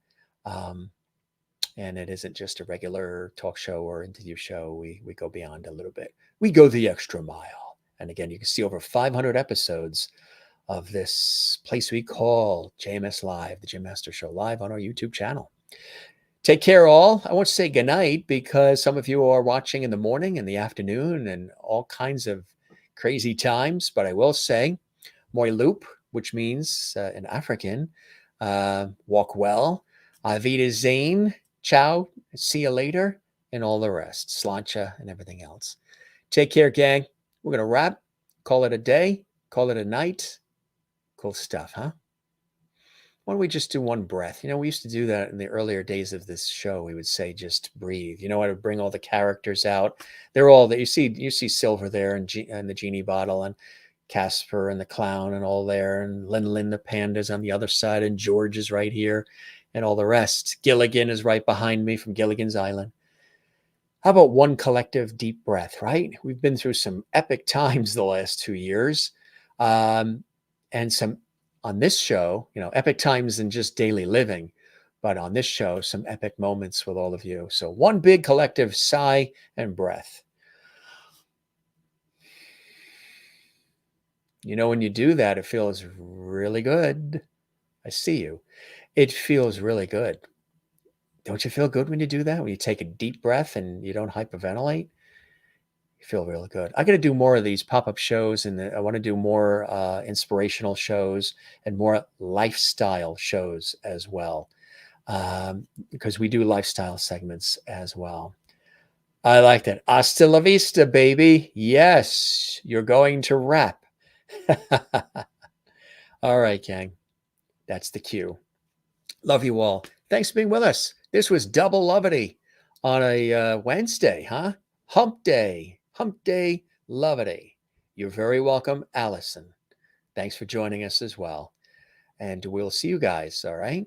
We'll be back tomorrow night, 8 p.m. Eastern, 5 p.m. Pacific, with more of the very same on JMS Live. You can count on that. As long as you're there, we'll be here. Some ask, are you doing this just during the pandemic? As long as you're here, we continue to grow together, and more people watch and more people enjoy what you guys enjoy. We'll be here for you. Somehow I'll continue to find it in my crazy schedule to do these shows for all of you. We'll be back. You're pulling them all out of the hat now. I love it, Kathleen. We'll be back. Night all. To you from Kathleen in New York City. Take care, gang. Love you all. Be well. See you on the next episode of the Jim Masters Show Live. Cheers.